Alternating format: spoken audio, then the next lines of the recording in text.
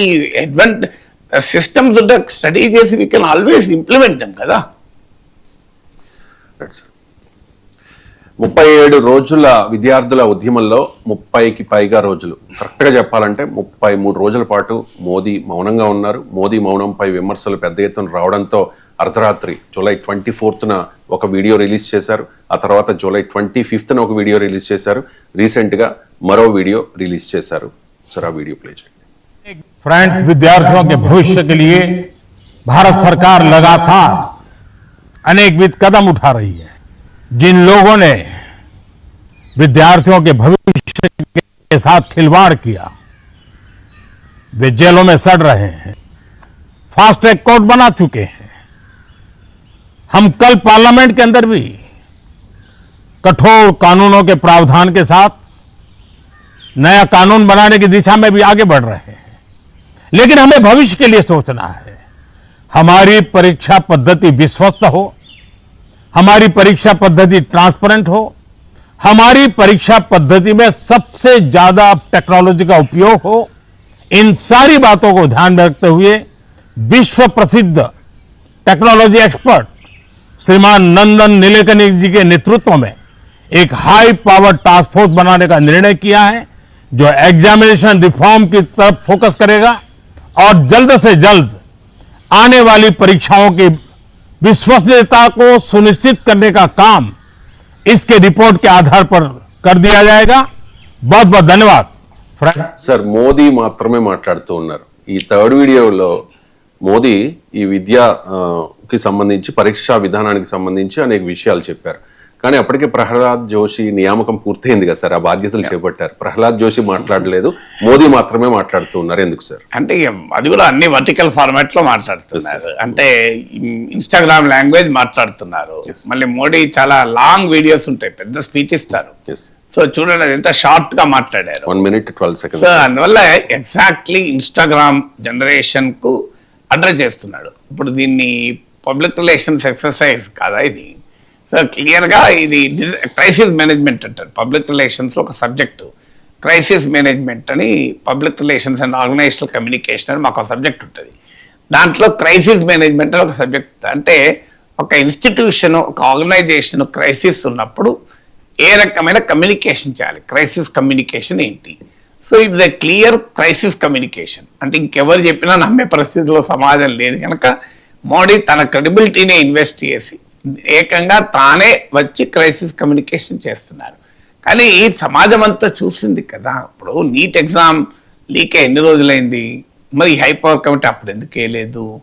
ఆ 22 మంది బిడ్డలు చనిపోకముందే వేసుంటే వాళ్ళకు ఒక కాన్ఫిడెన్స్ వచ్చి, ఇప్పుడు మీరే మోడీ బయటలోనే ఉంది కదా, పరీక్షా పద్ధతుల పైన విశ్వాసం కల్పించి, పరీక్షల పైన ట్రాన్స్పరెన్సీ పారదర్శకతను పెట్టి, పరీక్షా విధానంలో పెద్ద ఎత్తున టెక్నాలజీని ఉపయోగించుతానే. అయ్యా నరేంద్ర మోడీజీ, ఈ మాట పేపర్ లీక్ అయిన నెక్స్ట్ డేనే మీరు చేసి ఉంటే ఆ 22 మంది కుటుంబాలకు ఇంతటి భయంకరమైన శోకం జీవితం అంతా ఉండేది కాదు కదా. ఇప్పుడు ఆ బిడ్డలు ఎందుకు ఆత్మహత్య చేసుకున్నారు? ఇప్పుడు మేము బాగా రాసిన ఎగ్జామ్ క్యాన్సిల్ అయింది, ఇక ముందు ఎగ్జామ్ ఎలా జరుగుతుందో నమ్మకం లేదు, మళ్ళీ లీక్ కాదన్న గ్యారంటీ లేదు, మళ్ళీ మాకు న్యాయం జరుగుతున్న ఆశ లేదు, నిరాశ. ఎప్పుడు ఎక్స్ట్రీమ్ ఫ్రస్ట్రేషన్లోనే కదా ఆత్మహత్య చేసుకునేది. ఒక్క మాట మీరు బయటకు వచ్చి, సో నేను హైపవర్ కమిటీ వేస్తున్నాను, వాళ్ళని జైల్లో పెడుతున్నాను, పార్లమెంట్లో కఠినమైన చట్టం తెస్తాను అని ఈ రోజు మీకు విద్యార్థుల పెల్లెట్ గన్లు తినకముందు, విద్యార్థుల పోలీసుల చేత అమ్మాయిలకు కూడా అవమానాలు కాకముందు, లాఠీలకు నేల్స్ పెట్టి ఇనుప చువ్వలు పెట్టి పిల్లలను కొట్టకముందు ఈ మాట అన్నింటే ఎంత బాగుండేది. నిన్నటి దాకానేమో ఇనుప చువ్వలతో కూడిన లాఠీలతో పిల్లలు కొడుతున్నారే మీ పోలీసులే. మీ పోలీసులు ఎందుకంటున్నారంటే కేంద్ర ప్రభుత్వం ఆధీనంలో పనిచేస్తే ఢిల్లీ పోలీస్ పెల్లెట్ గన్లతో స్టాండర్డ్ ఆపరేటింగ్ ప్రొసీజర్స్ను ఫాలో కాకుండా నడుం కిందనే కొట్టాలని ఎస్ఓపీలు చెప్తున్నా వీపులు సాగగొట్టి కళ్ళకు కూడా ప్రమాదం తెచ్చిన రోజు నరేంద్ర మోడీ వర్టికల్ వీడియోలు ఏమైనాయి? ఒక్కసారి పోలీసులకు मेरा दिल्ली पुलिस वालों को मैं आदेश दे रहा हूं, ये अपना बच्चा है, ये अपना बच्ची है, आप ठीक से रहना है అని ఎందుకని లేకపోయారు? వాళ్ళని తీవ్రవాదులుగా, వాళ్ళను అర్బన్ నక్సలైట్లుగా, వాళ్ళని దేశద్రోహులుగా, వాళ్ళ విదేశీ ఏజెంట్లుగా మీరు ఇప్పటిదాకా చేసిన ప్రచారం ఏమైంది? సో ఎక్కడ పోయిన ఆఖరికి చూడండి, మీకు రిజైన్ చేస్తూ కూడా మీకు ఏమని రిజైన్ చేశారు ధర్మేంద్ర ప్రధాన్? ఎక్కడన్నా నేను నైతిక బాధ్యత వహిస్తున్నాను, ఈ తప్పు జరిగినందుకు చింతిస్తున్నాను అని ఒక్క మాట అన్నారా? ఎందుకన్నారు? విద్యార్థుల నిరసనల నేపథ్యంలో అందులో దేశ వ్యతిరేక శక్తులు ఎంటర్ అయ్యి ఎక్స్ప్లాయిట్ చేస్తున్నాక నేను రిజైన్ చేస్తున్నా అంటున్నాడు.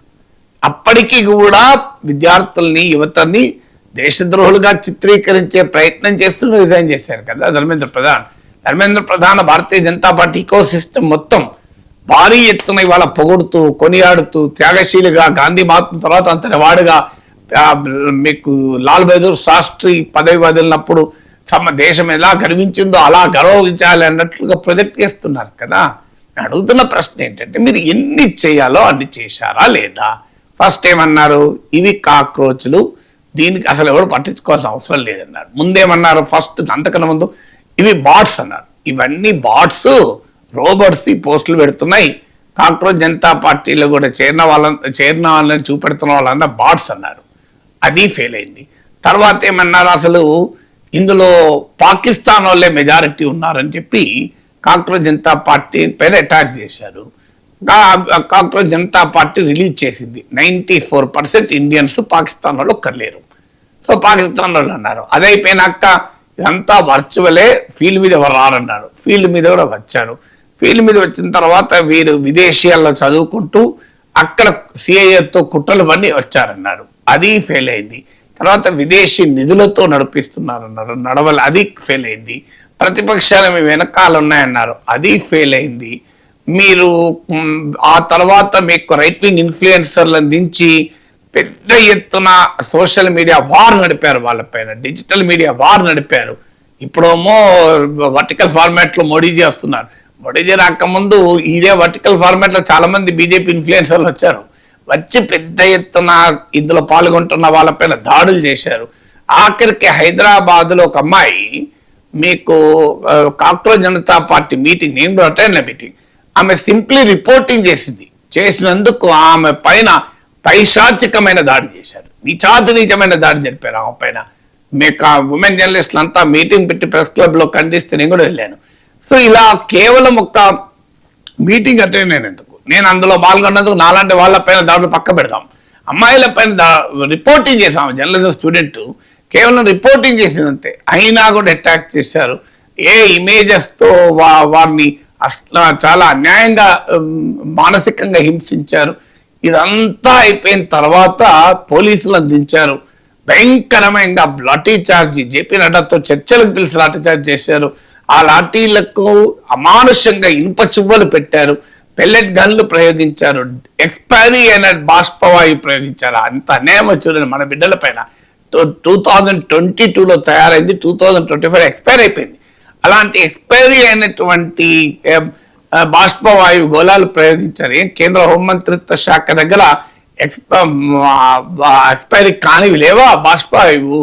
సో ఎక్స్పైరీ అయిన వాటిని ప్రయోగించి, ఎందుకంటే పిల్లలకు అనారోగ్యం కావాలి అని, దీనివల్ల ఇంత కఠినంగా ఆఖరికి ఢిల్లీ యూనివర్సిటీ జేఎన్యూ ద్వారా స్టేట్మెంట్లు ఇప్పించారు, మీ అడ్మిషన్లు క్యాన్సిల్ చేస్తామని. ఫేషియల్ రికగ్నిషన్ టెక్నాలజీతో ప్రొటెస్టర్లను గుర్తించడం మొదలు పెట్టారు. వాళ్ళ పాస్పోర్ట్లు క్యాన్సిల్ చేస్తామని బెదిరించారు. నేషనల్ సెక్యూరిటీ యాక్ట్ అంటే విచారణ లేకుండా, ఛార్జెస్ లేకుండా 12 నెలల పాటు జైల్లో పెట్టగలిగే అతి భయంకరమైన తీవ్రవాదుల పైన ప్రయోగించే నేషనల్ సెక్యూరిటీ యాక్ట్ ప్రయోగించారు. మీకు ఒకటి కాదు రెండు కాదు కదా, చెప్పుకుంటూ పోతే మీకు ఎవరిని రాకుండా చేసేందుకు 19 మెట్రో స్టేషన్లను క్లోజ్ చేసేసారు, ఇంటర్నెట్ షట్ డౌన్ చేశారు. ఇంటర్నెట్ షట్ డౌన్ చేసినాక కూడా మీకు టెక్నాలజీ సహాయంతో, బిగ్ చాట్ సహాయంతో, ఇంటర్నెట్ లేనప్పుడు, నెట్వర్క్ లేనప్పుడు కూడా మెసేజింగ్ కమ్యూనికేషన్ ఇచ్చుకునే బిగ్ చాట్ ను నిషేధించారు.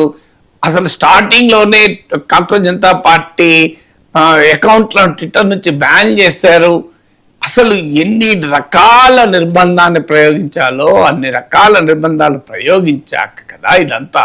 ఇప్పుడు మీరు కూల్గా కామ్గా ఇప్పుడు మేము కఠిన చట్టం తెస్తున్నాం, జైల్లో పెట్టాం. అయ్యా 2025లో నీట్ లీక్ అయిందని ఆరోపణలు వచ్చాయి. ఆ నీట్ లీక్ కాలేదని ఎవరు అనలేదు, కానీ అది కొద్ది మందికి మాత్రమే చేరి ఉండవచ్చని అంచనాతో రద్దు చేయలేదు. దానిపైన ఇంతవరకు ఏం యాక్షన్ తీసుకున్నారు? మీరు ఇస్రో మాజీ చీఫ్ అధ్యక్షుల కమిటీ వేస్తే ఆ కమిటీ రికమెండేషన్స్ ఏం చేశారు చెప్పండి?